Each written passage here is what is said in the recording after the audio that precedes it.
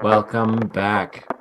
So, with 2 episodes left, we find the crew of the Northwest well on its way. There's definitely been some bumps along the road, but things seem to be going fairly all right, including the creation of the astral beacons, a truly phenomenal magic item that creates a single point in the astral sea, something that's never been done before, and allows for a fixed navigational point. So no longer do people have to use the astral sea guided by their will and their intention alone. 2 of these beacons have been dropped. Their construction is fairly straightforward, powered by arcane magical essences, and imbued lastly with the memory of an individual. The stronger the memory and the more of the memory that is given over, the stronger that beacon can be. Ruin discovered the creation of these beacons on accident, and in doing so lost the memory of his father. The captain, Captain Lockjaw, purposefully gave up a memory of his first love, but in doing so also lost some baggage and some negative things that he had taught himself over the years. And coming out of that memory, seemingly lost his desire to drown lots of those things in alcohol. And it seems that maybe losing your memories inside these beacons isn't always a negative thing. 2 beacons remain, and there's been some strange things upon the ship. Some weird nightmare-eating creature, some sort of strange elder being, as well as whatever it is that's going on with Will, who for 3 or 4 days was someone else entirely named Grant, and speaking to disembodied fey voices that no one else was able to hear. But other than that, everything is absolutely fine, and we wake to a lovely first ship aboard the Northwest. Will has plotted a course with the help of his patron towards an asteroid, and they are on that way. It should lead to a direct path to Kryn space, but also allow Will to take care of some part of a deal that he's made with his overlord, but we don't know really exactly what that is. As we find ourselves on first watch, let's go ahead and start with a question for the captain. So, Captain, Yes. as you make the duty rosters, or at least approve the duty rosters each day, knowing that Ruin does have magical abilities, is Ruin on the rotation to helm the ship, to attune to the spell jamming helm the way that you and Will do? Yeah. Now that I know that like revealing him to have magical ability was less like, oh, how dare you, and more like, oh, well, time to roll up your sleeves then and start contributing. Just one more asset. All right, so then Yeah. we will decide who it is, and I'm just going to go down the line that I see on my screen. What do we have? 1, 2, and 3. All right, so as we start off this day of work, we do have the captain attuned to the ship and leading, following the directions and the feeling, the sensation that Will has given you to go where it is that we are going to go. We're going to do a little bit of sort of travel at the speed of narration here as we spend the next couple of weeks heading in this direction. So we're kicking things off. Captain, you are attuned, and so sitting in the chair is the kind of go-to place, but attuned to the ship does still, you are able to move around and do other things that don't require you to sever that connection. But let's start with Captain Lockjaw. What would you like to focus on as far as your focus of bettering the morale of the crew or bettering the status of the ship, how well it's being maintained, and if there's any other interactions with crew, NPC crew or player crew that's important for you to get done? What do you want to kick off with? I think I spent a lot of time, bumping up morale yesterday. So I think I'm going to put some time into improving the ship. If there's anything in particular that it needs, or is it just kind of like regular maintenance? There is, let's see if we have any major needs that have slipped through the cracks and been neglected. Righty. Ooh.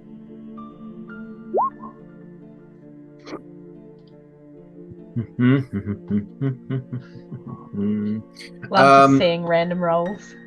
So I suppose it may be up to you to decide whether or not this is a huge program problem. But the bulkheads of the ship, just there's a lot of graffiti, there's poetry and limericks, and there's a lot of stuff that sort of seems to be scrawled on a lot of the bulkheads. And so as far as the maintenance of the ship is concerned, your ship is starting to look like the bathroom of the CBGB, instead of a punk rock inside of a punk rock bathroom. And very wonderful, thanks to a donation from McClover, I do believe. Everybody does have inspiration, so Yay! make sure to keep that in mind. You can use it at a later date that you want to have. Yeah, so the ship has been sort of tagged up. You can lead if you want to get that cleaned up. That's something that you can lead or delegate, I should say. Yeah. I don't know, how cool, like you said, like a punk bathroom, how cool does it look? Because I am a bard, like, I don't know. Let's adding see. to the tapestry of the ship. Let's see how cool it is. On a one, it's cool, and on a two, it's just not good. It's just kind of like, oh, this is tacky. Yeah, because if it's tacky, clean that up. It is pretty tacky. Yeah, not on my ship. If you're gonna add art, it's gonna be with passion. It's gonna look cohesive to the overall theme. So I'm gonna be delegating some mops and some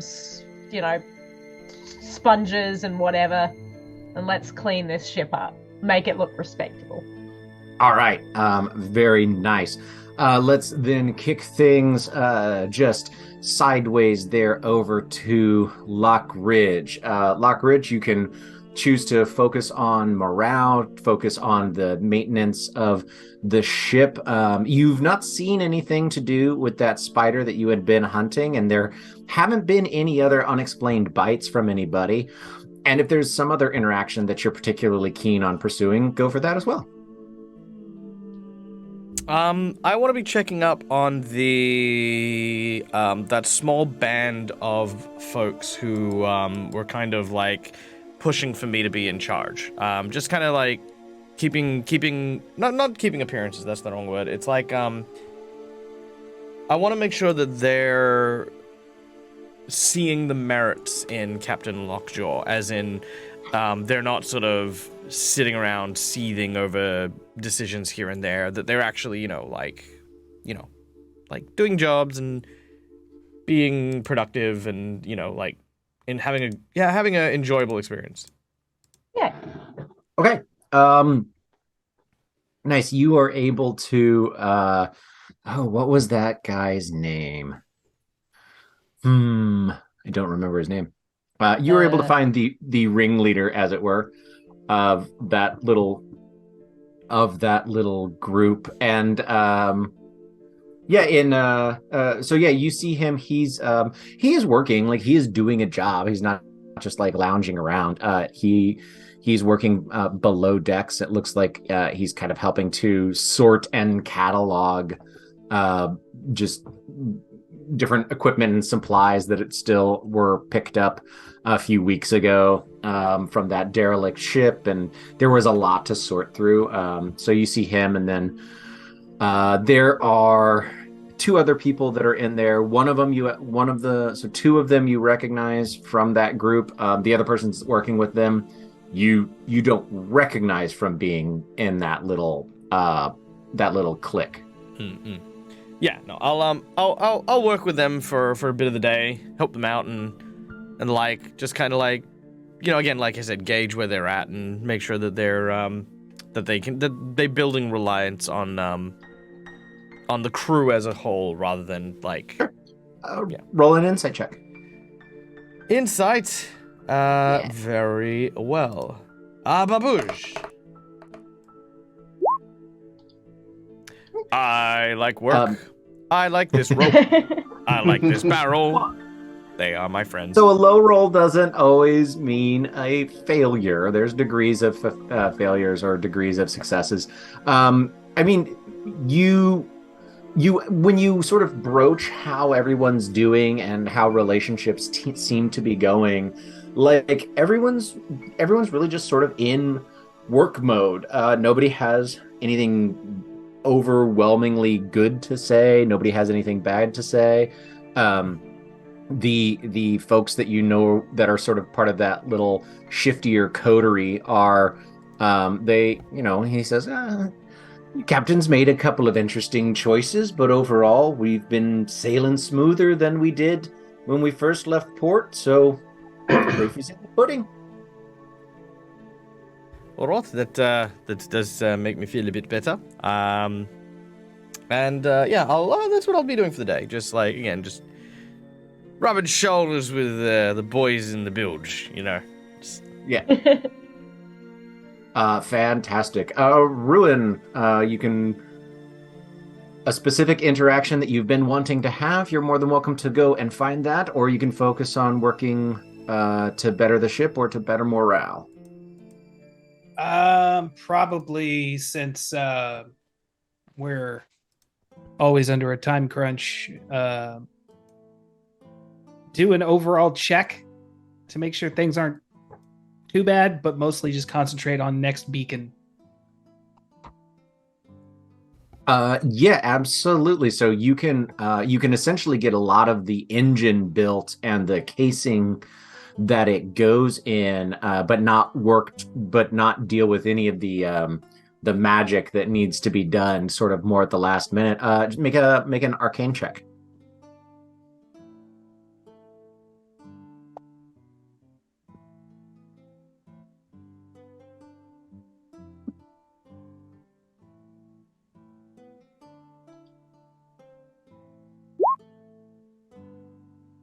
Yeah, absolutely. You're getting pretty good at this. I'll even say that as you work on the housing, sort of the larger the engine itself is maybe the size of like a beach ball. But there's a much larger sort of person-sized housing casing thing that it goes into. I'll say that you're actually getting to the point where you can start embellishing some of the scroll work on the metal and some of the other folks that are in the engineering room, artificers room. They actually start doing some runic carvings and some knot work on it.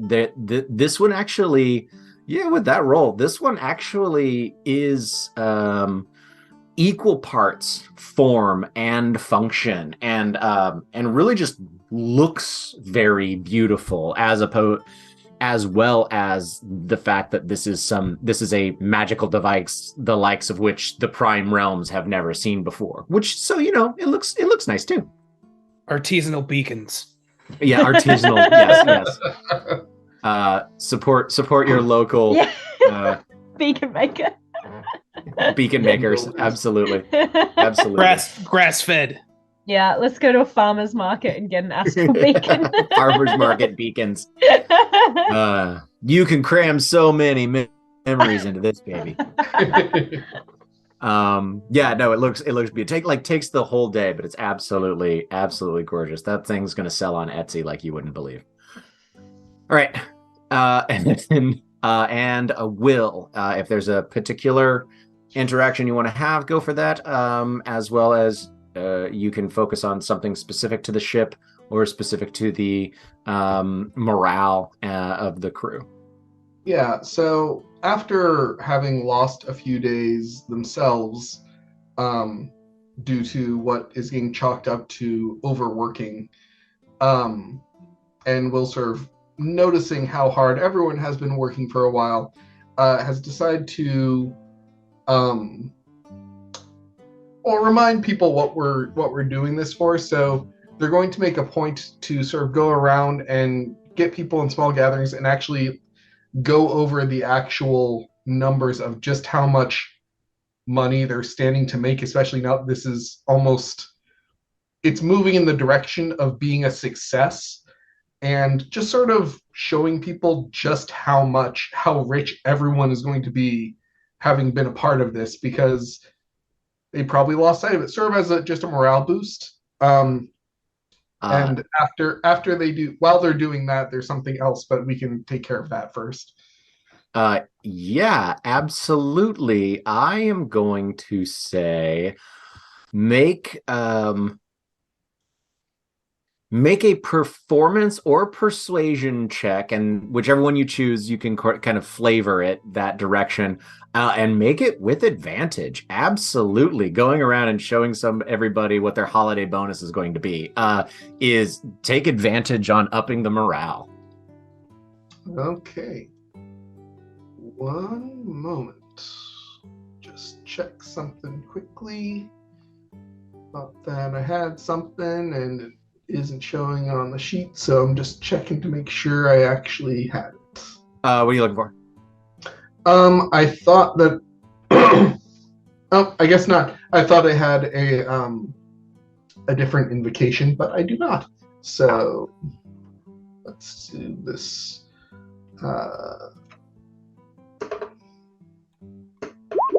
Nat 20. Wow, or absolutely. Or 25. Okay, so a natural 20, it gets us up to a 25, walking around, showing everybody. And I'm going to say that you actually realize that people are like, the officers themselves could potentially like buy a small rehabbed ship themselves. Nothing as big as the Northwest, and the Northwest isn't that big of a ship. But yeah, you realize like, oh, this is way more lucrative than what we actually thought it might be. So you do exceedingly well, and I'm going to charge Tucker. I'm going to charge you with remembering this. But the next time that there is a roll to avoid something negative because of low morale, if Will can if it makes sense for Will to be a part of that resolution, you can make that roll with advantage in the future. So don't forget that. Absolutely. Yeah, that's great. I love it. That gets us through the day and gets us into the evening. So then, Will, I'll start with you. You said there was something else you wanted to do. Right. While I'm doing that, Will is curious by nature. So while everyone's working, and specifically while Will is sort of giving the spiel to the engineering room group where Ruin is, Will's going to have Prince poke through Ruin's stuff for those notes that he was given a while ago, because Will's been curious about those this whole time. And see if any of those are unsealed and could be poked through Okay. surreptitiously.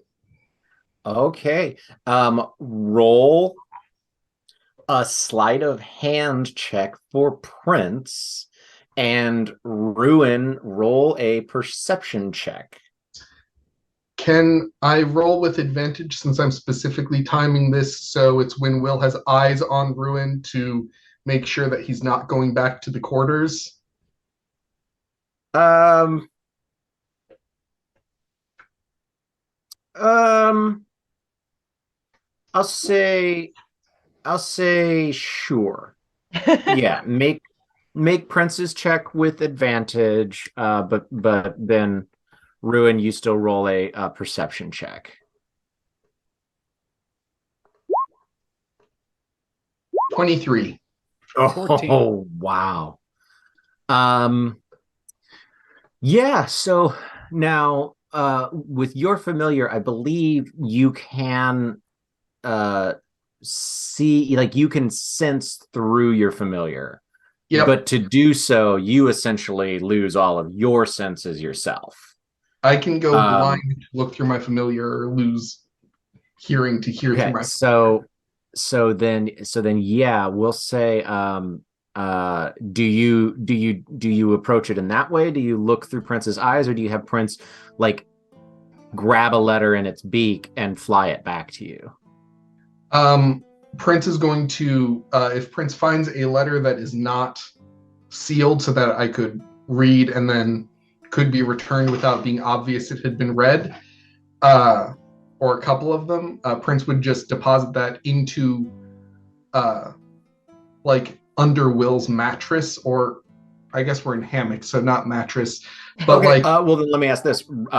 Nix, did Ruin open the letters? Did he go through and read them, or did he recognize what they were and leave them sealed?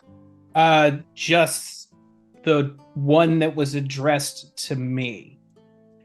Because Okay, there was a stack that was addressed from me, yes, and then one that was addressed to me. yes, yeah. So there's a stack of about 20 letters that are addressed from Will to someone, or from Ruin to someone. So Prince finds that stack that's still kind of tied up, and then there is one letter addressed back to Ruin that the envelope itself is open. Yes. Okay, we'll only take the one with an open envelope. So he's going to fly that back to the officers' cabins. I think Ruin and Will have the same cabin, so just tucks it into like some of Will's books or something like that that only Will goes into. Does Ruin keep those letters in his cabin, or does he keep them with his stuff in engineering? In the cabin.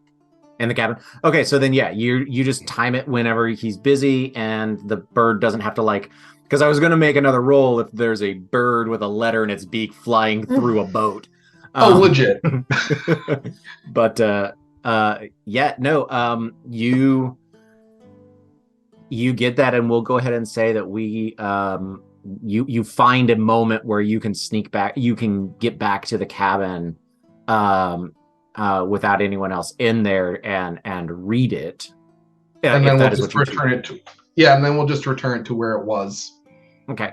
And so when you read it, essentially, it says, Will's just a curious little bitch. Yeah, that's a nice way to put it. I'm glad you said it. Oh yeah, no, absolutely. Will was really hoping that Ruin would tell him what the letters were, and then Ruin never did, and was like, fuck, I gave you those like a week and a half ago and you still haven't brought it up. Fine, I'll just read one of them. Brilliant. So it is, the letter is addressed back to Ruin, and it, all it says, it's a very short letter, and all it says is Ruin, stop writing me, stop writing to my son, and is signed Kajina. Kajina. Dang. All right. Good to know. Kajina is the name that the other letters are addressed to. Was there another name possibly to a son on any of those letters, or is it all just to Kajina? It just says Kajina Drova. Okay. All righty. Does anybody have anything specific that they want to do to interact, a campfire scene that they would like to specifically share this evening?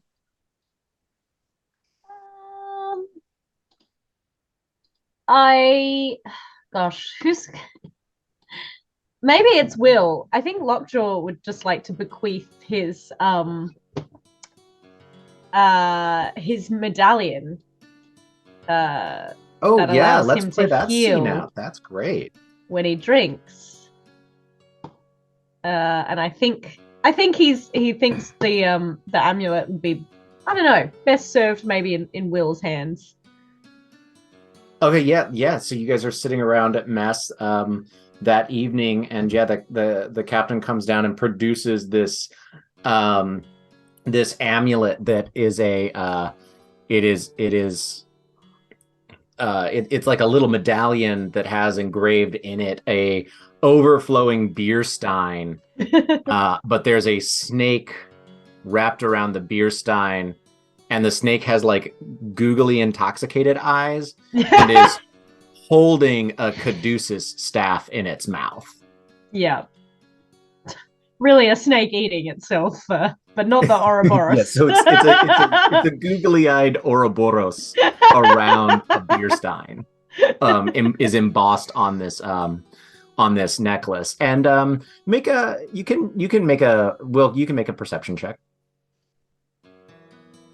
Ah, yes, that thing I'm very good at. 1. Yeah, so the captain pulls a necklace out of his pocket. Here you are. All right. Is this a bonus of some kind? Well, it's more like a promise.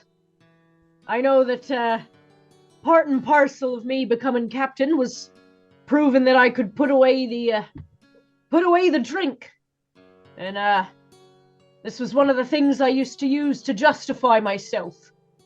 And if you have a bit of a drink, it literally makes all your cares go away. It puts you right. Must be pretty powerful if it can make all your cares go away with the drink. Well, I say your cares mean all your cuts and bruises. Stuff on the inside, that's harder to knit together, if you know what I mean. Huh.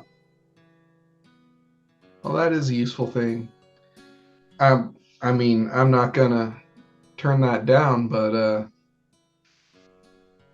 well, thank you, I suppose. And I have noticed that you've been upholding your end of things, so thank you.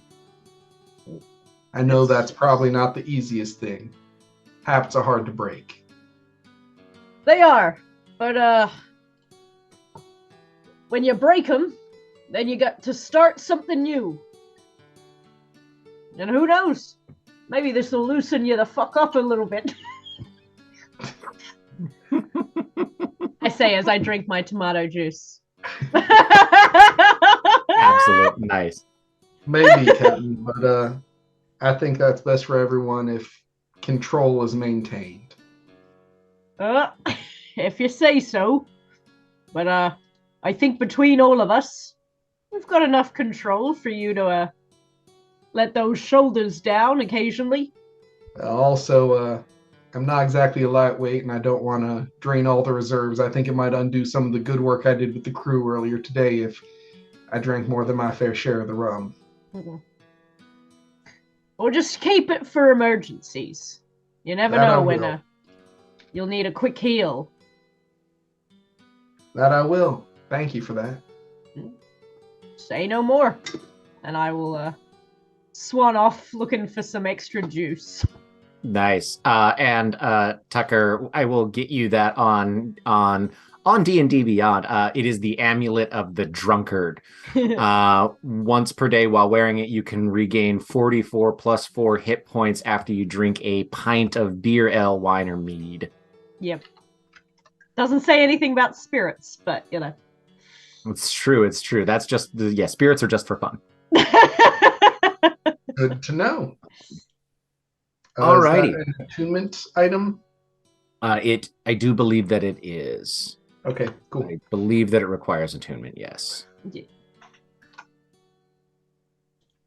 No, it does not. Oh, even better. You just wear it. But I will get that sent back over to you, or you can search for it yourself. Alrighty. So over the we're going to say over the next week in general, I'm going to do a couple of rolls just to double check. So I'm going to see which one everybody wants to focus on, whether it's morale or the maintenance. We're going to do that. But at some point during this week, let's find a chance to see if we can have Ruin and Lockjaw just did it a little bit, but Ruin and Lockjaw take sort of a mini spotlight and sort of explore how things in a meta sense maybe are slightly starting to change and be different with the missing memories. And your characters don't know that they're missing. We're already seeing how it's affecting Lockjaw, but we'll start off with Ruin after I get some of these rolls of just what the others on the crew might notice are different about Ruin now that those memories of this childhood he had with this loving and very caring father are gone.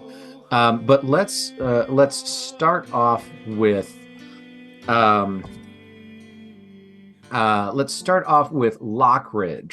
We're gonna say for this next week, do you spend more days focused on morale or maintenance? Make a roll. It can be any skill you want, but then tell me how that skill applies to the way you focus your efforts for that week. Okay. I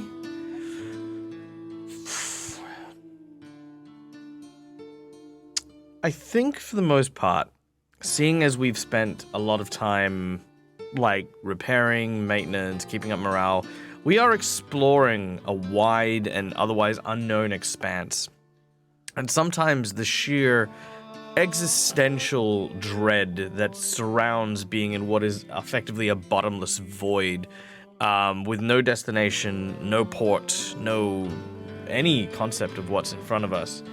I want to work with the navigators to like create a series of landmarks along the way, basically just charting the stars, any particular migration patterns of like the whales that might be in the water, or whatever we can find. Basically, just step by step, making these. It's almost like a trail note, which Lockridge is familiar with the hunting trails and stuff like that in the past. So even if you don't know your way through the forest, you know that these are the landmarks to know that you are going along the right way. Because, sometimes that's just what you need. There's no guarantee that the line between this beacon and the previous one is going to have journeyed through a straight path. Like we could be, like, swaying left and right, and he's just trying to get that bearing. So I'm going to make a survival check to try and make these notes and create this with some measure of accuracy. At least that's the hope. Yeah. That's a 13. I'm going to use my inspiration on this one, I think. All right. I would very much like to. Or I could just keep the other roll. That's fine. It's fine too. Right. 13's, I mean, 13's not bad. 13's above our average. Yeah, so throughout the week, as you sort of check in with Will and all of these, the beacons are acting as these set navigational points in a realm where geographical consistency doesn't exist. And so you say, okay, well, now for the first time in recorded memory, there is a consistent landmark. And so I'm going to say that with a 13, you're able to find two things. There is a pod of these Kindari, these massive whales is the easiest thing to compare them to, but they're absolutely massive. Some of these have small towns built on their backs. They are so large. Some of these Kindari themselves, they support these ecosystems, and they can support these communities of 30 or 40 people just on their backs. And you notice later in this week, there's a pod of Kindari that there is just this really beautiful grouping of these pastel-colored Kindari. And you remember about 2 or 3 weeks ago when you first reached the Astral Sea, seeing a pod of these creatures with these pastel-colored Kindari. And you sort of work out that you think that this is a migration pattern that they take. Where they are going and coming from, you don't really know. But their method of travel through this space, through this Astral Sea, they sort of snake between these two beacons that you've put down. And you think you've got a pretty consistent way of referencing that. It's not by it's not by a star chart or by tides the way it would be on a planet, but it's more by time passage. That's a weird part of the way you keep track of your destination in the Astral Sea, is how long you've been going, not how far. So you're able to do that. And you're also able to, I'm going to say, essentially identify there's a murder comet, which are these comets that are created by these very powerful, very angry spellcasters that essentially turn themselves into this ball of hatred that flies through space. And there's one very specific one that you nickname Grisholt. And you're able to identify it within days, so that you and possibly any other ships that follow this passage behind you are able to avoid it and not have to deal with it, because you can avoid it by days. Yeah, 13's not bad. So you're able to land those two things. Sweet. Nice. Let's go to Ruin. Where do you want to focus your efforts between morale and maintenance? And then also, maybe with one specific interaction, or what is it that the people who've gotten to know you on this voyage, how have they started to see you be different over the last 10 days? I'm probably focus more on maintenance. Over the chain, the last 10 days, I've probably gotten a little bit harder in my demeanor as far as getting the work done. A lot less do the work because it's a proud thing to do. A lot more do the work, or else people won't survive. Okay. People are dependent on us to get this work done. So get it done.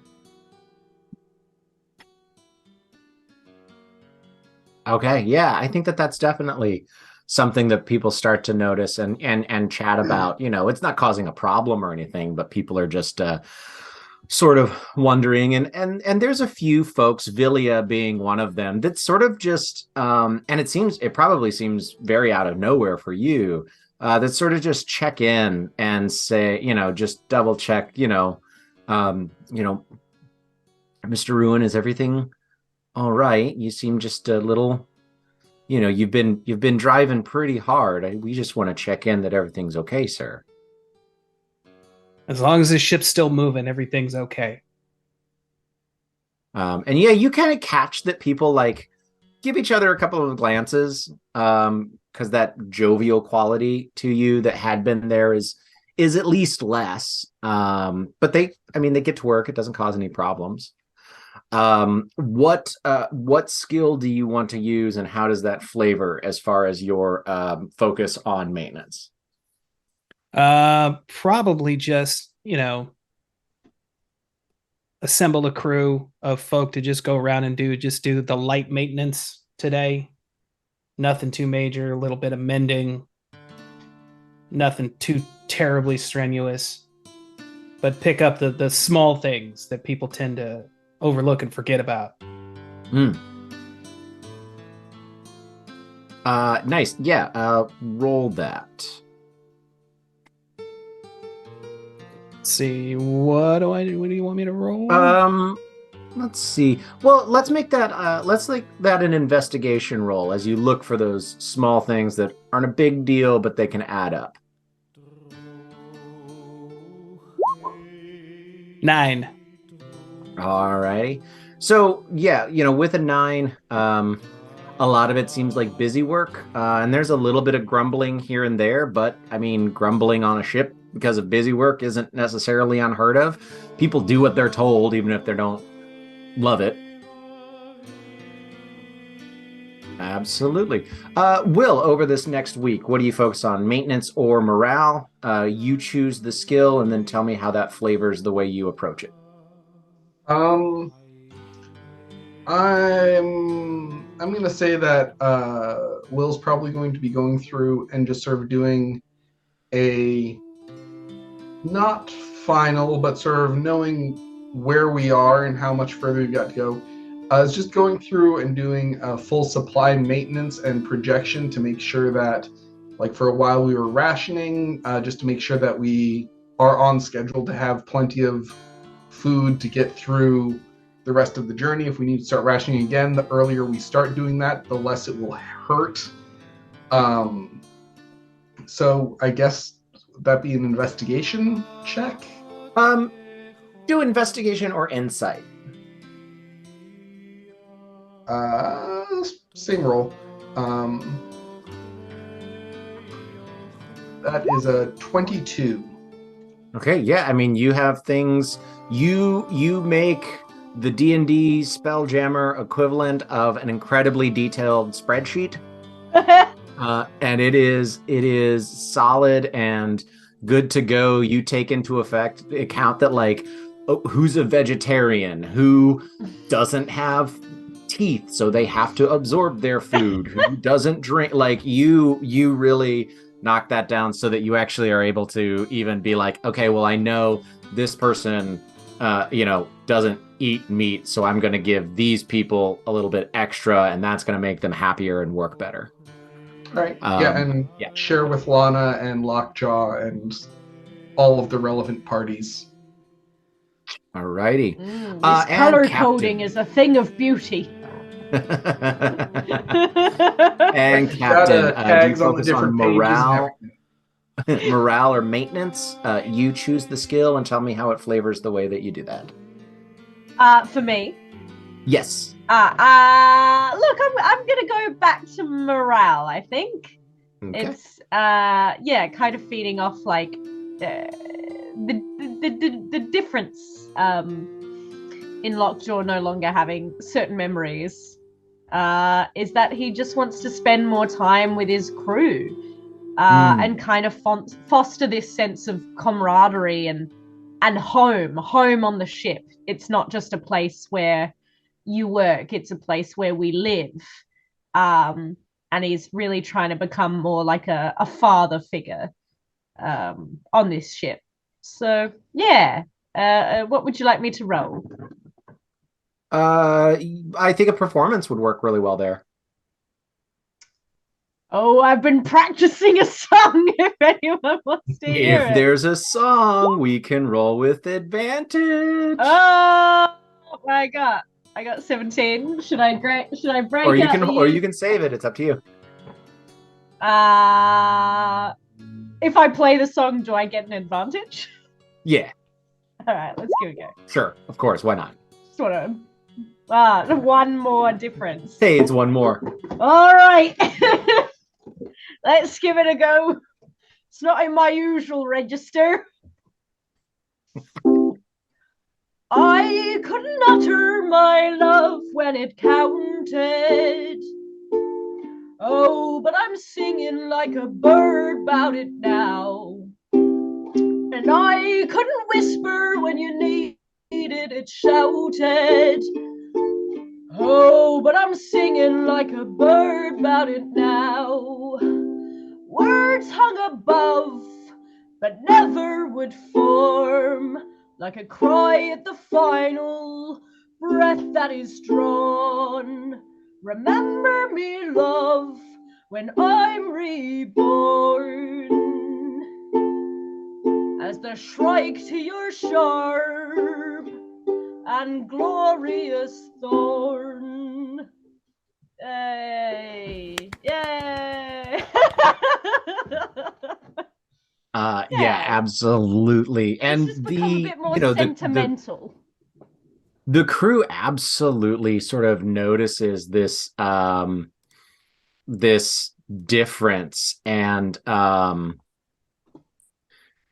it's the work that Lockridge and Ruin have the crew do on maintenance really is like, it goes easier. Like, people are actually enjoying their time. Life on the ship is hard. It is a hard life. And some people go into it for the adventure, but then there's a lot of people that go into it because they don't have any other choices, or this is what their family raised them to do. And there is a sense of real, not just camaraderie amongst sailors, but you've been at sea for about almost 3 months at this point, and there is a real sense of familial quality that this last week has started to really imbue amongst the entire crew, and everyone can sort of sense that. Absolutely. Yeah. Nice. That gets us through an entire week. The next week goes fairly similarly.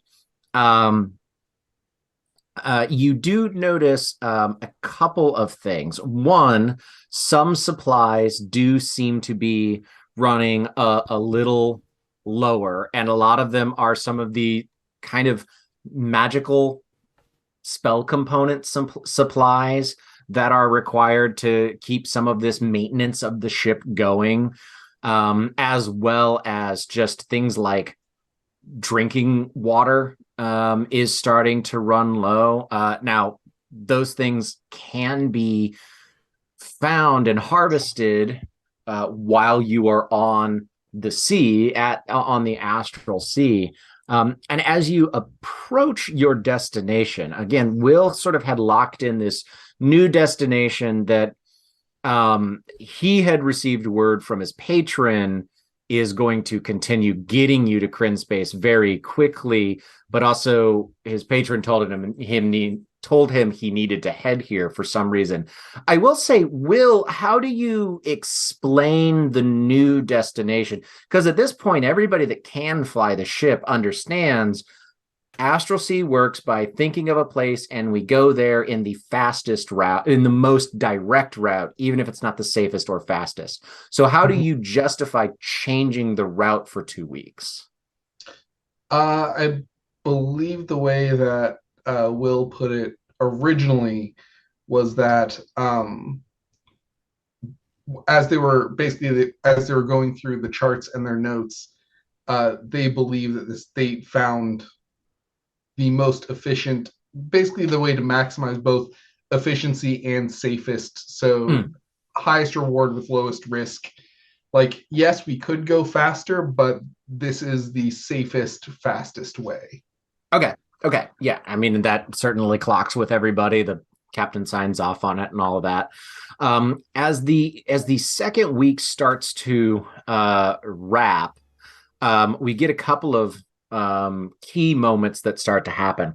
One, the ship itself starts to slow, and we'll say, Will, you are attuned to the helm at this point, and the ship always starts to slow itself whenever it is coming within a certain range of another large body, another ship.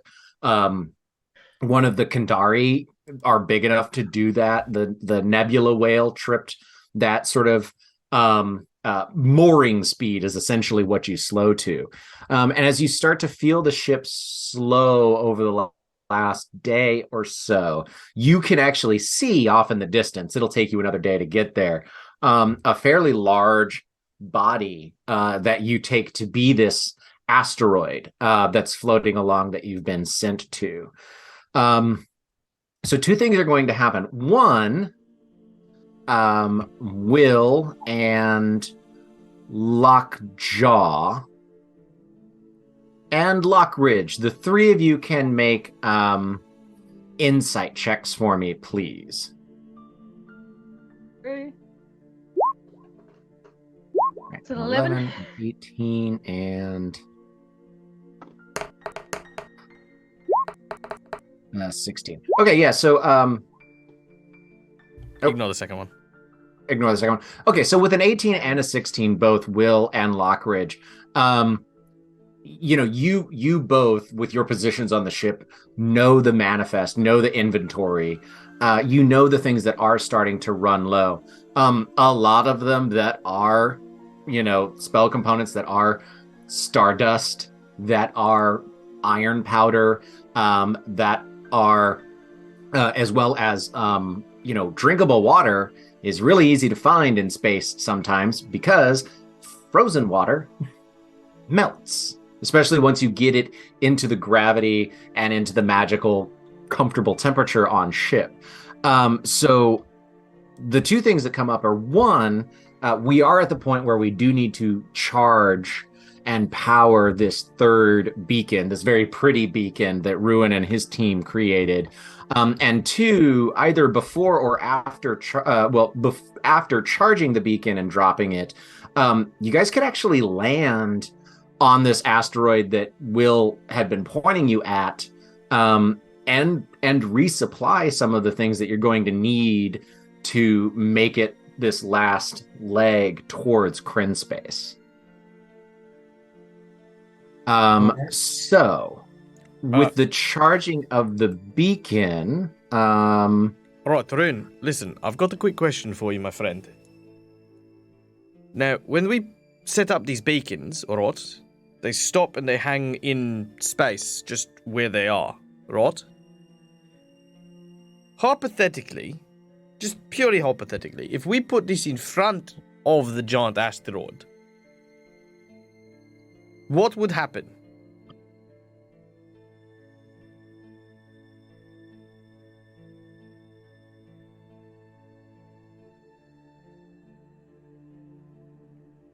Hello?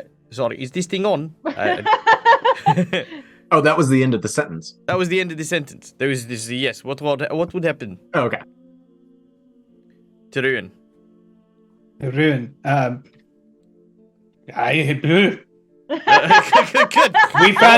We found a box of instructions. We're playing with fire here.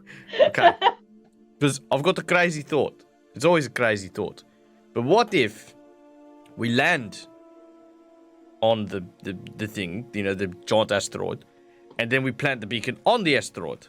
Because either the asteroid then has a beacon attached to it, so if anyone needs water, right, the beacon follows the asteroid around, and that way it's a good point and a good beacon spot. Or, alternatively, it hangs in space and it goes crashing, careening straight into the thing you just built, destroying it forever.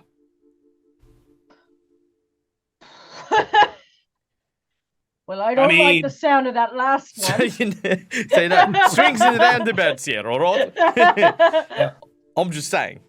Or the beacon being a fixed space, an unstoppable object, meets immovable beacon, and we tear a hole in magical space time. Whatever. That one sounds like it could be a lot of fun. We could nuke reality as we know it.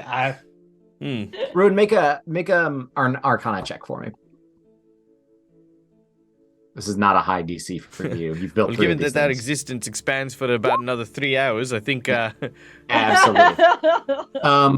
So you are aware of the fact that, if you were to place this beacon, essentially, once you're in the gravity well of the asteroid, the beacon would sort of tether itself to this asteroid, and then the asteroid, because magic, this beacon stays in one place, and then the asteroid is always here with this beacon, and then the rest of astral sea moves around it. So in this very bizarre, timey-wimey magic way, the asteroid would still keep moving throughout the sea, because the asteroid isn't the thing that's moving, the sea is the thing that's moving, and relativity, and don't at me if you're a scientist, and blah, blah, blah, it would work. So that's all we need to know. I mean, there's no specific warnings in the instructions that say don't place, so...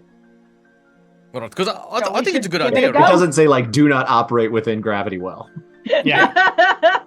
Yeah, I mean, it makes sense. Unclear. I mean, I think it's quite a, I mean, I think it's just a very responsible thing to do if we're setting our beacons, Oh, yeah, put it next to a convenience store. It makes sense. It's true. Yeah, it's right next to a 7-Eleven or a Wawa or whatever you have. People need some way of... Sorry, you go. I was just going to say, as long as it doesn't break the beacon, I'd say that having it be a pit stop where people can restock on water or reagents or anything like that, that's probably the best option. Having some way to navigate is partly why, well, it's mainly why we're here. So let's put a dot on this map so people can find some water. Alrighty. So the Northwest is able to essentially put into port. You find a reasonable landing space. It's always a little tricky to bring the Northwest in because it doesn't have a perfectly flat bottom, but also asteroids are, there's lots of dust and lots of impact craters and things like that. You're able to find a place to put it into. You do realize, you do appreciate that as you do so, as the air envelopes overlap, the air is refreshed very nicely, and so that's very nice. And we're going to say that the first thing that we'll take care of as the scouting party, the recovery team, the away party sort of gets things prepped and ready, the first thing that we'll do is take care of Lockridge being the one that charges this beacon. Here, give me 1 second real quick before we start that.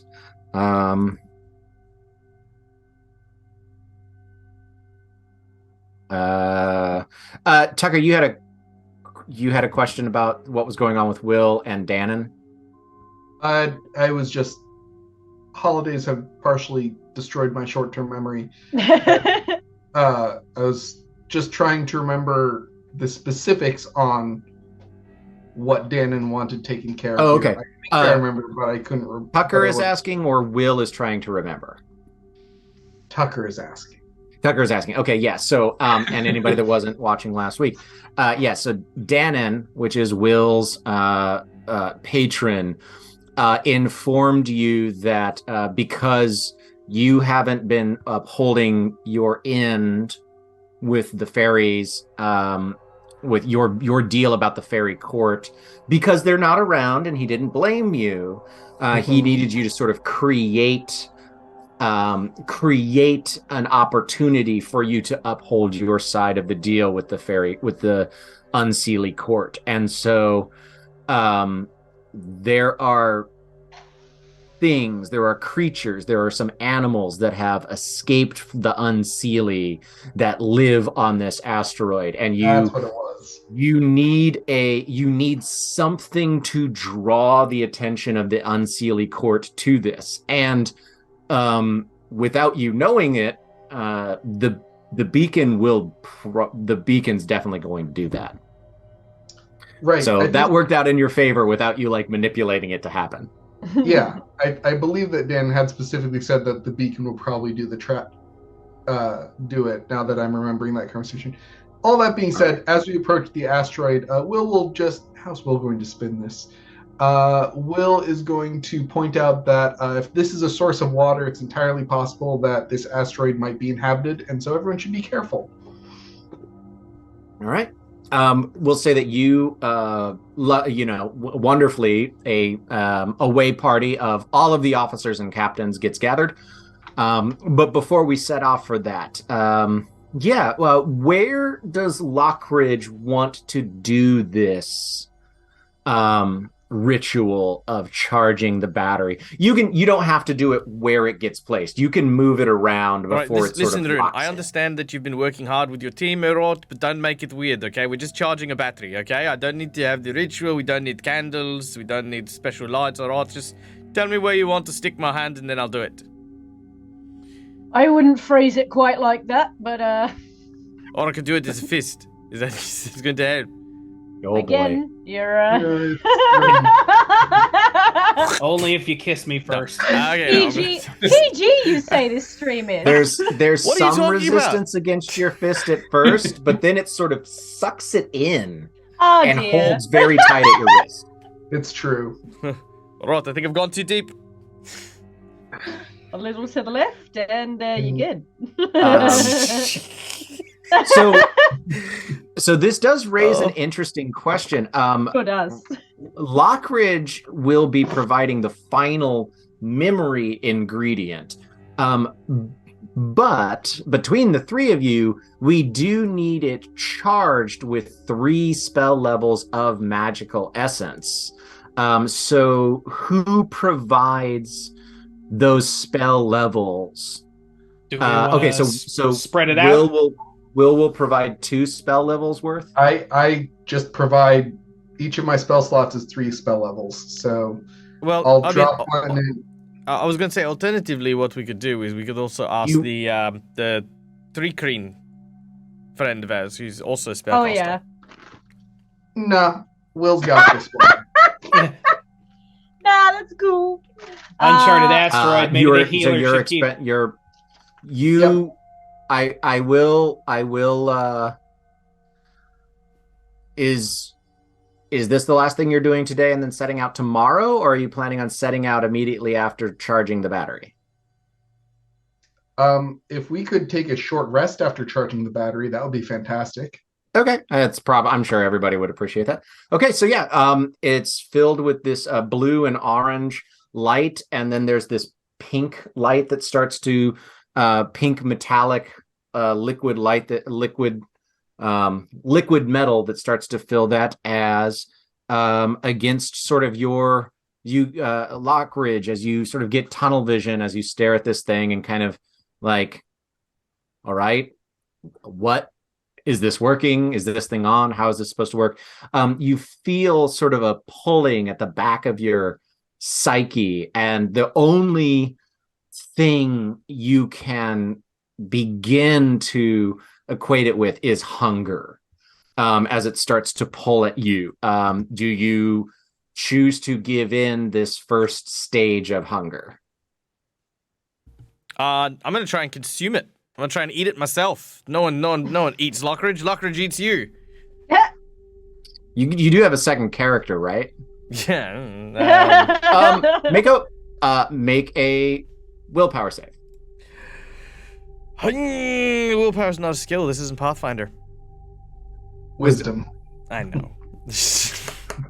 Everyone yells at me. All right, that's a 13. At a 13.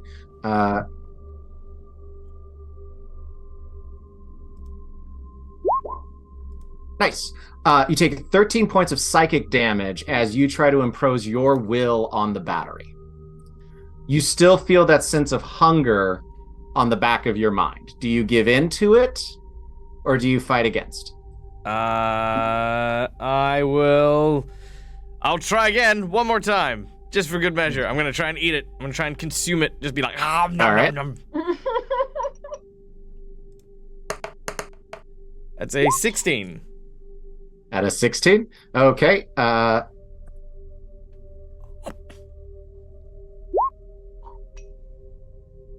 That's a 10. Take 5 points of psychic damage as you attempt to impose your will on this beacon of unreality that can impose its will on an entire realm of existence. Look, Lockridge is not smart, okay? Lockridge at this point is gonna stop feeling tired as he's like, is that all you got? I understand that he may not be the smartest penny in the fountain, but he also has survived very well. Oh, yeah. And he knows 2 of his shipmates did this. I mean, he doesn't know how they did it. It's not like you can convey, like, psychically, oh, yeah, this thing tried to consume me and then took something from me. It's like, do either of the 2 of you explain that there's a sense of hunger? No. Just relax. Just relax. Just let it happen, relax. Lockridge. Yeah, just go with it. I love Actually, that. at the point at which you pass out, it will just take memories. So how many hit points do you have left? You tell me. Do its thing. Which way does this go? Does Lockridge fight this until he passes out and it takes the memories, or does he relinquish to the sensation of hunger? He will. Once hearing the others, he will then relax a little. Okay. Because, like I said, I think for me that whole bit there is Lockridge's reaction to it. You know. But I love it. You weren't doing anything wrong. I thought it was fantastic. Because that's what you do. Like if you're stuck in like a trap or mud and stuff like that, you struggle to kind of get out of it. He doesn't understand that you have to let yourself go in order to do this. He thinks that. Well, and you don't have any. You have no arcane. You don't have an arcane understanding. So no, I absolutely love it. It wasn't a critique whatsoever. It was a lovely moment. So yeah, there's these 2 moments of you feel this pull, this psychic pull, and as you fight against it, and you're like, I'm always the bigger guy. You feel it like if the sensation is hunger, you feel its teeth clamp down harder. Ooh.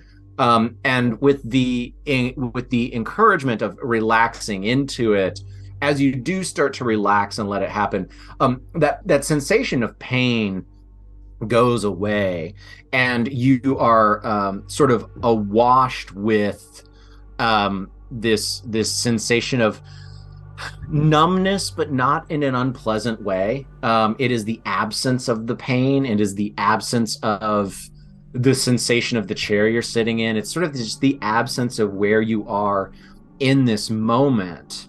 As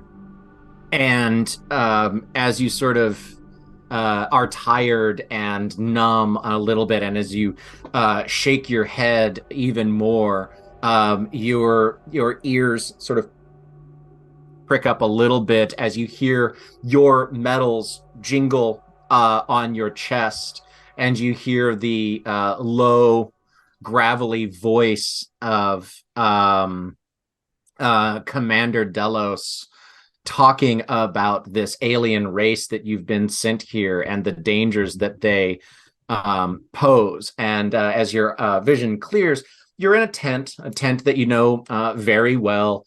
There's a board behind the Commander Yule Delos, that has, indication of where your camp is, where the believed insurgent or native population that you've been sent here. There's reports of the dangers that they possess and the sort of key elements and the key resources that you're meant to establish a bulkhead or establish fortifications at and hold. And as you're dismissed and you go with your group, there's a sergeant, and they're fairly small groups. There's a sergeant that's in charge of this group that you're with, and five other GIF warriors.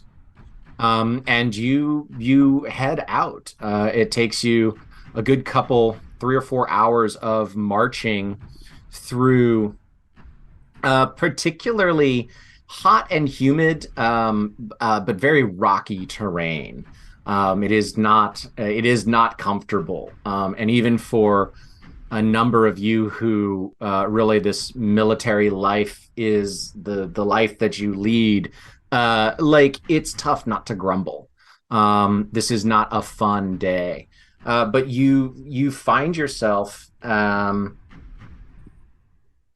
You find yourself at this area that has been cleared out. There are some small structures, small to a GIF, small structures, and it essentially looks to be a mining platform that uses a natural waterway to create essentially what is a quarry.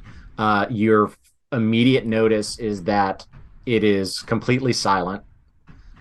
There's the sound of water in a water wheel, but there's no work that is going on. Your sergeant cries out for everybody to, find their positions, and with a cry from behind a smaller shed, you hear what you would recognize as a war cry, and it's a language that you don't necessarily recognize. And there is a group of 30 of these creatures that have long pointed faces. They've been painted with war paint. They're armored. They have long ears that go back behind their heads and are decorated with the paint. They have 4 sets of arms and then reverse kneed, powerful legs that as they run, they are almost leaping 10 feet at a stride as they close. They have, they're armored and armed with swords, shields. I mean, it's stuff. None of them have the firearms that you possess, but they are an armed group of about 30 that charge your group's position. The sergeant, who you've not met before this encounter, you've met 2 of the other people in your little battalion of 7 people total, 6 people total, 5 of you, and then the sergeant. The sergeant freezes. You didn't expect this. You had been told that there would be no resistance, and the sergeant freezes, and the 2 people that know you, and then the other 3 that don't, and the other 2 that don't, rather, they look to you. And first of all, how do they address you? By what name do they address you? Lockridge, his first name is actually Felix. Felix. Yeah, so one of the guys that you've known for the longest looks at you and says, all right, Felix, this worthless pile has nothing to do, so you make the call. It's a bad accent, but hey, at least I'm trying. All right. All right. You, get the sergeant to clearing. We're going to lay down some cover fire. We don't know exactly how many of these creatures there are, but we're going to make short work of them. All right, form up and lay it down. Do not stop firing until they stop moving. All right. Yeah, so there's about 2 waves of gunfire from all of you, and then it does result in just hand-to-hand combat. It's a fairly long fight. Kind of 2 hours goes by. It happens in waves. But after 2 hours, we will say, call me high or low, Michael. Let's go with high. This is something that I picked up from Tucker, and I use it all the time. So you called hi. The sergeant is dead by the end of this. It took 4 of these 4-armed creatures to take him down. I mean, he did get into the fight. He froze for just those few seconds when you took over. But he is dead at the end of this. A lot of you are cut and bruised, and one of your compatriots definitely has a broken arm. But there's about 60 dead warriors.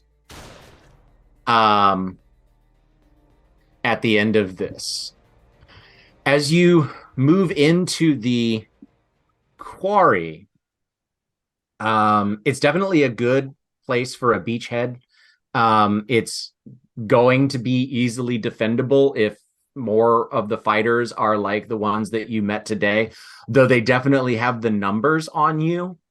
You are all just larger and stronger. You're better fighters, and you have better weapons. So it might be a protracted battle, but your quick assessment is that you guys can take this. There is a village about 200 yards away from the quarry that you can see has a simple stone wall around it, and then a village of, you would guess from this distance, maybe 200 or 300 buildings in it. You see this. What do you want to do?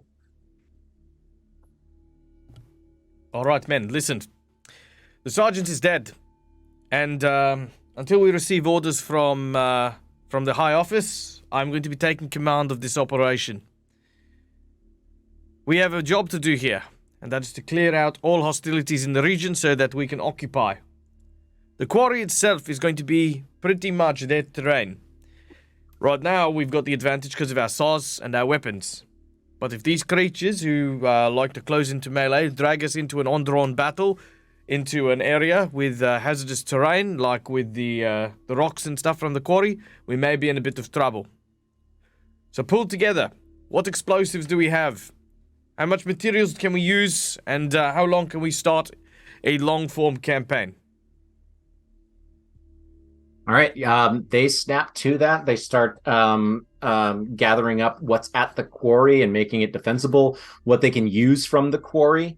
There's nothing that you could find that is a ready-made explosive from this quarry. Everything seems to be done pretty much by hand and by a little bit by magic here. But there's nothing that is explosive the way that the GIF understand it to be. Lockridge like tosses like whatever thing they've been mining, which is clearly valuable to them. Like just throws it aside like garbage, like just worthless. All of it worthless junk. At the end of the day, so no other forces come from that village.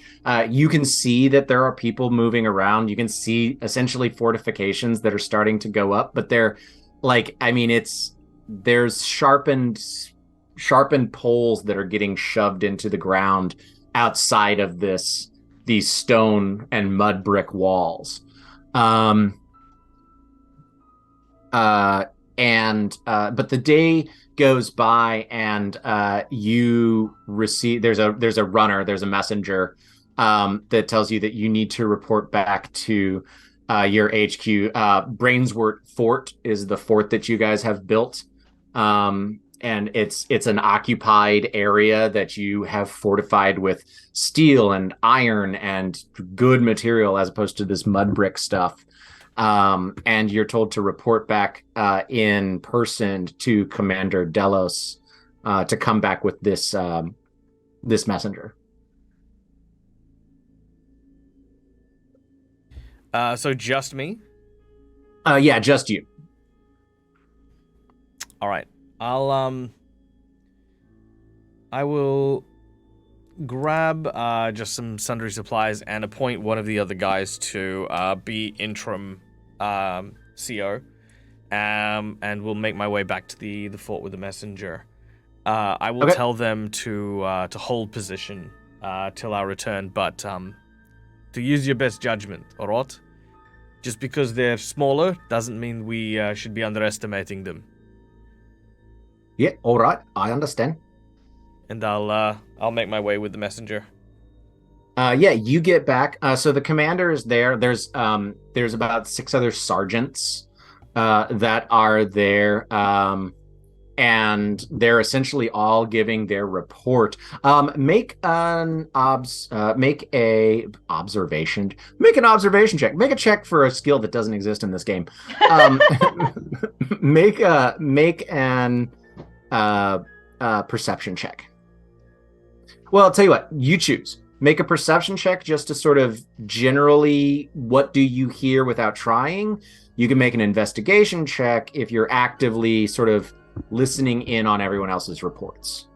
But I'll go with perception, just the passive, like listening to things. Sure. 17. 17, pretty good.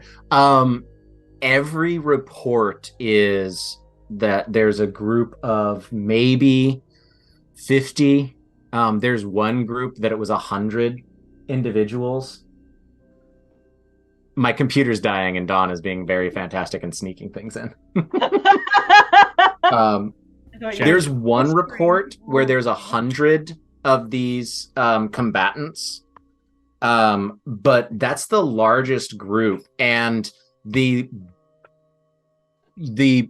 most resistance that you hear is that there was one little battalion that lost 5 GIF. Because there was it was a much larger town that was trying to be scouted out, and they had a trebuchet, and that just wasn't expected. But like, that is the height of technology that you hear of these people, this group that you have been told for the last month that you've been sent to this planet, that this group is this murderous, psychopathic, existential threat to the GIF, and that they have to be stopped at all costs. And the highest technology you've even heard of, you haven't even seen it, is a trebuchet. It threw a big rock at them, and they just, in their arrogance, weren't ready, and it just crushed like 5 other soldiers.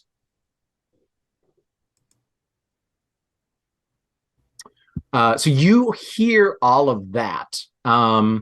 It's your turn to deliver your report. How do you flavor the encounter? You don't have to go through the specifics. How do you flavor what that encounter was like? Was this an implacable foe that tried to overwhelm your numbers, or do you describe it in some other way? I'll say that it was that we were ambushed by a sizable force, and the sergeant at the time was not prepared and fell in battle against the foe. But did we lose any other soldiers besides the sergeant? No. Just the sergeant. Some of your guys were hurt. One guy has a broken arm. Yeah, he then basically says that there is that they offered, like, even in their numbers, the might of the GIF have not even been shook by anything that they have produced thus far. Okay. So for the next couple of days, first of all, you're given a field promotion to Sergeant First Class. Over the next couple of days, some of the soldiers are switched around. Your group is pulled back in. You're sent out to capture another area. You hear reports back that the town was taken, and that that town near the quarry was taken. That they put up resistance. That everybody of this foe is a warrior, and everyone you've met so far is a warrior. and that no surrender, there is no surrender that's happening. There's no quarter that's given because they are fighting to the death and everything that meets. It's a planet full of these mindless and voracious killers. You are given orders to take a group of 20, and there is a village that has a small keep on a hill that's just a good tactical position. You are given orders to take a group of 20 to go and take this area. When you arrive, you do see that there is a trebuchet that's here. And you can see folks that are, I mean, you would recognize them standing on the walls, that there are archers, but there are also mages that are on this wall that seem to be ready for defense. How do you choose to make this first attack? Do you try to go by stealth and sneak in and take it unawares, or do you do a charge, or do you do something else? Given the weapons that they have, I definitely think that underestimating them would be a bad choice. And Lockridge would send out a small platoon first, maybe about 3 or 4 people, and then have the remaining 8 GIF use that initial charge to basically break their formation by having them flank on the east and west sides, and have them collide in the middle and break apart their superior numbers. Okay.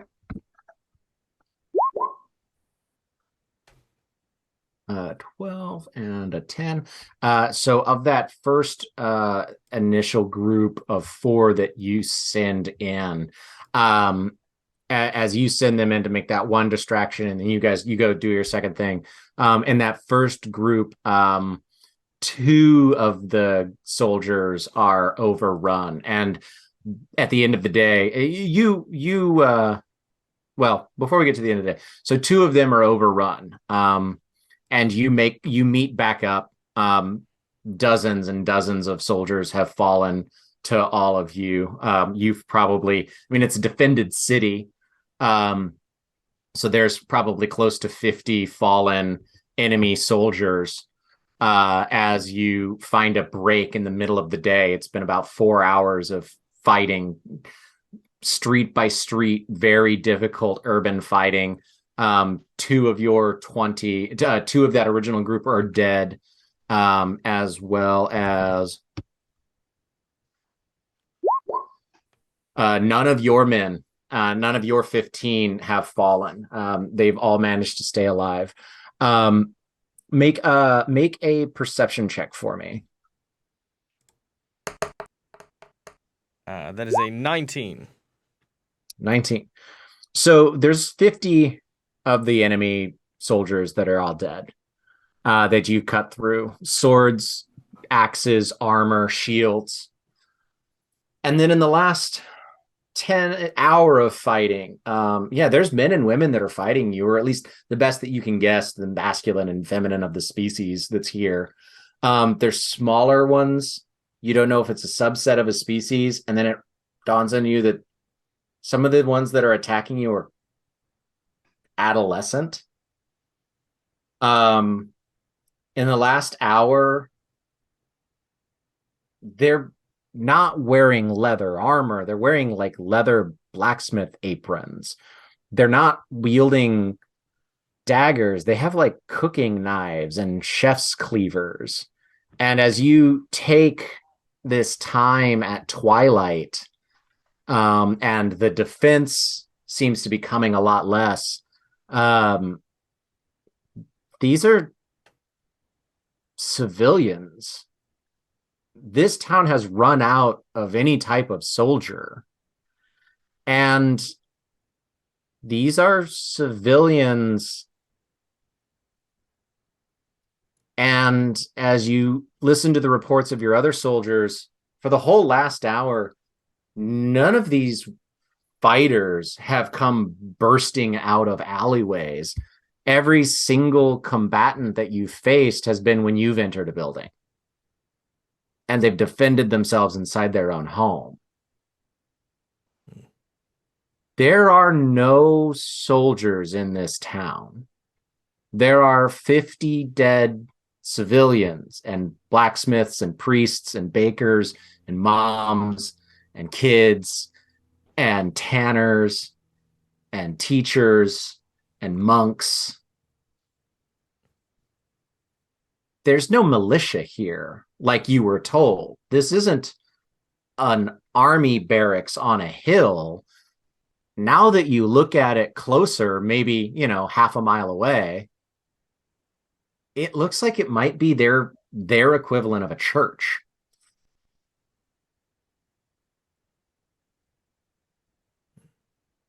What vibe am I picking up from the other soldiers? Most of them are confirming that this is exactly what all of these other fortifications have been like. They sort of laugh at how poorly armed they are. They make fun of the fact that they're conscripting child soldiers, that their women try to fight but can't barely lift a sword. Look, this one thinks that this is a sword and holds up what's probably just a dinner knife. Whoever said that, I'm going to grab that person by the shirt and look like I'm about to strike him, but then don't. The mood definitely changes. Like they all kind of they shut up. He says, he stands by the firelight of the campfire and says, "It may be all fun and games for you, alright? But I said this right at the start. You underestimate your enemy and your opponent. You don't look hard enough. And that's how you end up like these two." And I point at the 2 body bags of the 2 guys who died. You have your fun, you have your japes. But we're not here to fuck around. It's the one that we get. The next day, you are tactically mindful enough that the next day you can take this town. Do you and the remaining team finish taking this town as you were ordered, or do you find a reason to take your team back to your headquarters? I'm going to tell the team to stand by, and I want to go alone into this city. Okay. You are met with the sounds of closing doors and sliding furniture in front of the doors, crying. Nobody attacks. Nobody comes out to confront you. Lockridge has his gun in his hand, and he moves slowly and meaningfully, and he is heading towards that big church building, or the big whatever, large central building. You have an idea. I mean, you've seen churches. You've seen places of worship. The doors are barred and blockaded. But you can see inside. There are people inside, and they are terrified and hiding. Is there a leader? You don't really have a way. There's nobody with a particularly large hat. Yeah, that's exactly what I was looking for. Who's got the big hat? All right. I'm going to knock on the door. It is a firm. You hear cries and screams in a language you do not understand. Lockridge sits. He presses his back up against the wall, the door actually, which probably sounds horrifying from the other side, but he kind of looks at this town and looks at everything. He's always always been told that fighting for the gift has been like an act of glory, that the gifts themselves were strong enough to tear the gods down from their thrones, that the strength that he was born with came from this line of powerful creatures who could square up against the strongest of enemies. And realizing that for the last, I don't even know how long, that he has been here, like rampaging, like a monster from a storybook. That he hasn't been engaged. This hasn't been a fight. This hasn't been a war. This hasn't been a campaign. He takes the sergeant's medal from his shirt, and he leaves it on the doorstep. And as he walks away, he goes back to his troops, and he gives them the order. And the order to finish our job. Okay. And as they go into the city, Lockridge is going to leave and not look back. So Lockridge makes it back to the HQ, which is where there's 3 Spelljammer ships that have brought you to this planet. 2 of them have stayed in orbit. There's one down here, and there's one at any given time. As you sort of approach the main tent of the base where the Commander Delos is, make a perception check for me, please. That's a 3. Okay. So you do hear what is being said. You hear it because you've sort of already stepped into the opening of the tent with whatever it is that you were going to say. Commander Delos and 2 of the other sergeants are standing over a table. Their backs are to the tent flap where you are, which is, this is not particularly stealthy, but they're engaged in a conversation. And you hear Commander Delos very clearly to these other 2 officers say, look, all of these soldiers are clearly being told that these are a mindless rabble. That is the only story that we need to continue. I don't care how untrue that it is. We keep feeding them that it is for the glory of the gift, and that if we do not eradicate everyone on this planet and cleanse it, that they will quickly overrun all of our homeworlds and slaughter our children, and that there are not children we are slaughtering here. It is a smaller species of their kind. They reproduce asexually. There are no children here. It is a complete cleansing of the planet. Is that clear? Was that Delos who said that? Delos is telling this to the 2 other commanders. These are the 2 commanders that give all of the sergeants the orders. They have not noticed you in the opening of the tent. There's a moment where Lockridge was hoping that there was some meaning to this campaign, that there was some purpose for the blood that now covers his hands. But hearing that moment, and if Ryan doesn't mind if I take some liberties with this memory, yep. There is a few flashes. The memory here is already kind of frayed at the edges, almost like a tapestry that has been burnt. The first memory is of the table flipping over, and the map and all the tokens scattered about. There is the memory of the 2 sergeants grabbing hold of Lockridge. There is the memory of a large blade cutting into the face of Delos. Lockridge being kind of pinned down by 3 or 4 other GIF before being shot, like basically, what's it called, like punted, pistol whipped or rifle whipped, in the face, battered and beaten, stripped of the medals that he still wore on his chest, thrown onto one of the spell jamming ships for execution, and next to him, a particularly reptilian-looking person, who is also aboard that vessel.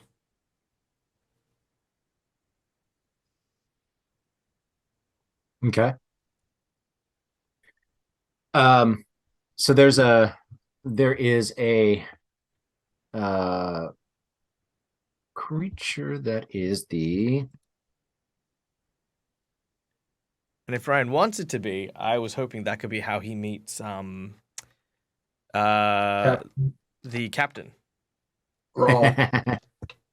The captain had a very different, very long naval career, but there is a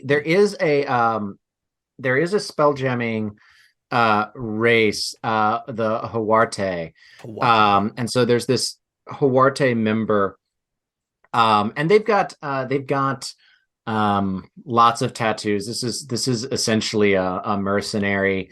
They have a lot of not necessarily pirate tattoos, but nautical tattoos. They are clearly a spell jamming lifer. This is what it is that they do. And this guy, girl, you don't know. They look you up and down and says, it looks like they got you pretty good, yeah? He, Lockridge, kind of has like a swollen eye at this point, like kind of the bruises around his jaw and neck. He's definitely been roughed up. He looks and he says, "You should have seen the other guy." This reptilian person sort of laughs and says, maybe you want to get them back pretty good. And he sort of takes a claw and digs it down into the scales on its arm and pulls out a long metal pin and uses it and breaks its own manacles open and leans over and breaks yours open, and says, "So do we get out of here, or do you want to teach them a lesson first?" Lockridge clenches his fist and looks at this guy and sort of says, "I think school's in session, my friend. What did you have in mind?" So luckily, while it is difficult to run a spell jamming ship for a long period of time, they can be very difficultly flown essentially by one person. And as carefully laid barrels of explosives go up simultaneously, engulfing the camp, killing the 120 soldiers of the GIF encampment, and this reptilian spellcaster brings your ship up to rendezvous with the other two. And the two of you convey the story that you've rehearsed very carefully over the last few hours of how this planet of the Kuato are technologically advanced beyond what it is that you had expected, that their numbers are vastly overwhelming, and that someone made a huge mistake, that the storms on the planet are full of toxic gases, and that even if this force could be overrun, there's no way you'd be able to have a long-term thing there. And it's bought. You're given medals and pens as the sole survivor of the massacre of Fort Brainswort. As this memory is pulled into the beacon perhaps there's something about it, that it's not just an inanimate magical object. The beacon pulls from you the memory of the dead civilians. The beacon pulls from you the memory of the conversation at the table where this was all about resources and that the higher ups knew what they were doing. The beacon pulls from you the memory of setting the explosions that killed hundreds of your fellow soldiers. And all the beacon leaves you is a memory of a planet that the gift will never return to, that will be safe because of how deadly of a place it is, and that you as the sole survivor are the one that will keep however many more fellow soldiers as the hero of Fort Brainswipe. That's the memory it leaves you. Taking all of those murders off of your hands, leaving you the memory of doing your best as a soldier in a time of war. As Lockridge's hand kind of moves away from the beacon, you actually notice that his posture begins to change. He takes one of his big meaty hands and places it over his neck and actually corrects his posture. He actually stands to attention as he looks to the captain and says, "Everything is in order. I think we're just about ready to kick off then. But we get some water and treat whatever we can and prepare for the next journey." In the very few minutes that we have, after a short rest, everything gets settled up. You do find yourself on the surface of this asteroid, impact craters and sharp, jagged rocks. The four of you have ventured out away from the ship, and you see a outcropping up on a small ridge. We actually can pull the map up and give everybody a look at what it is that you've got here. Oh. And there's a small cave on this outcropping, and you see, of all things, this small little creature comes crawling out of the cave. And then there's a second one that follows it. It's got sort of a long serpentine tail and has two sort of two arms that end in just long pincers. It doesn't have hands or anything. That it slithers along the ground, keeping the front of its body upright. Uses these two long pincers to guide itself around. Its head is elongated, this sort of triangular head. And they're very curious looking things. They sort of move around. They've got a row of eyes on each side. And as they move around, their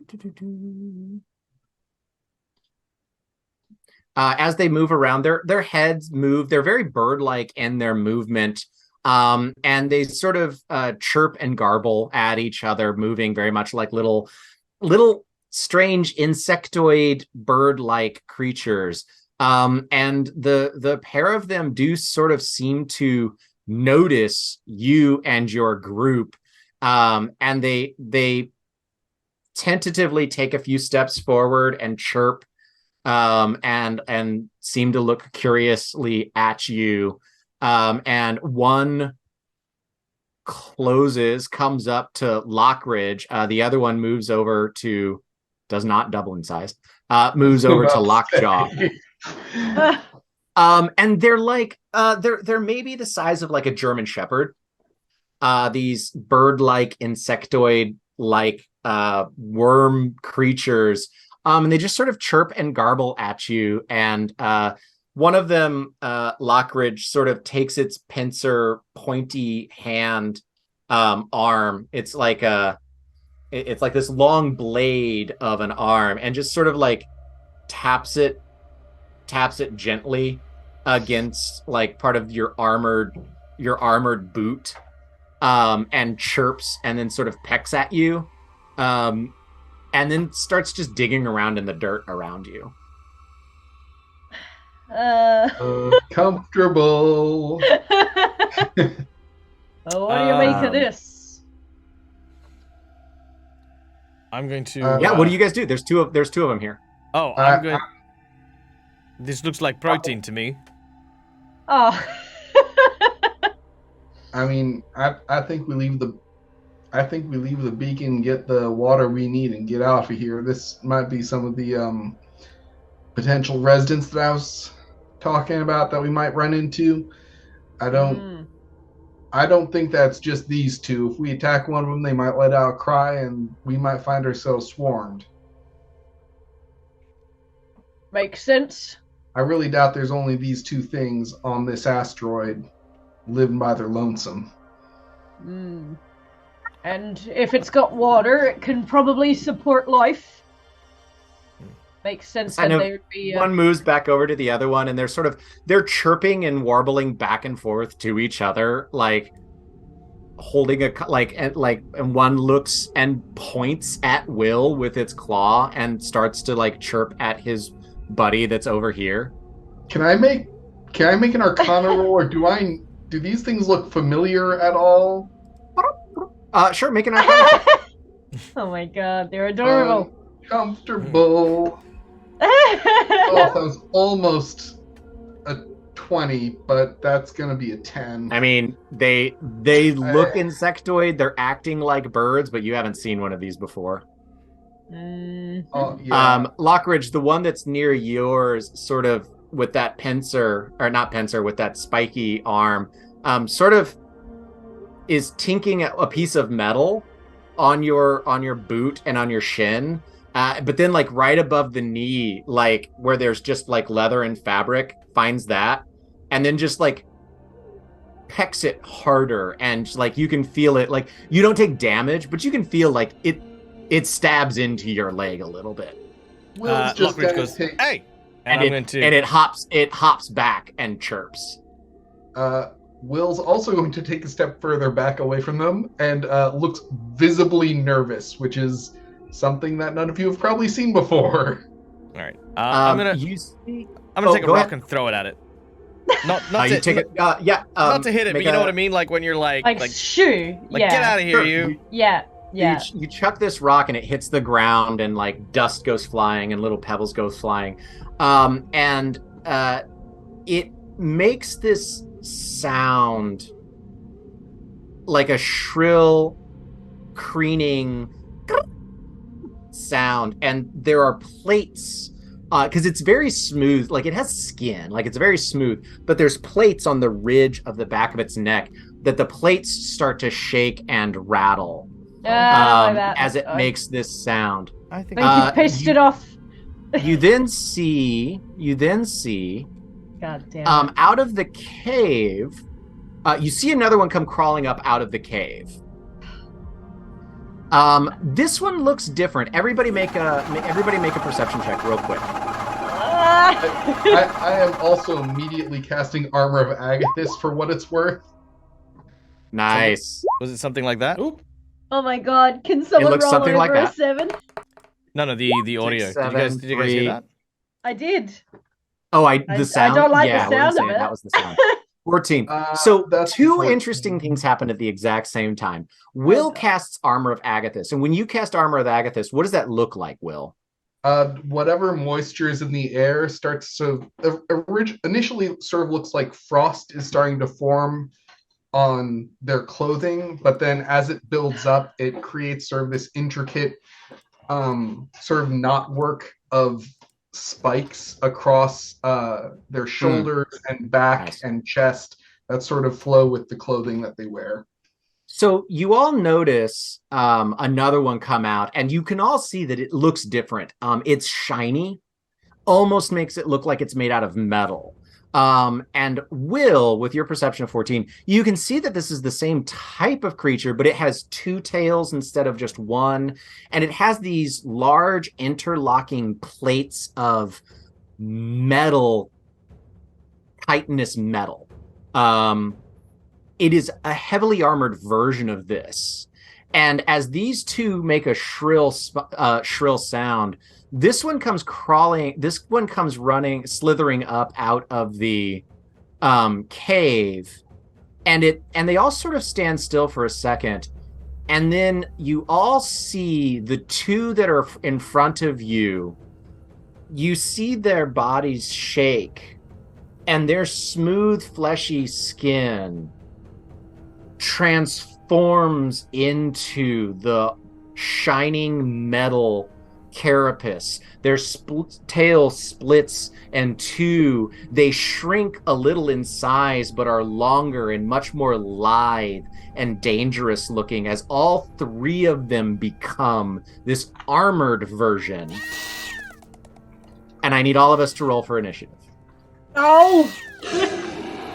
Which is where we will pick up next week on the last episode of The Flight of the Northwest.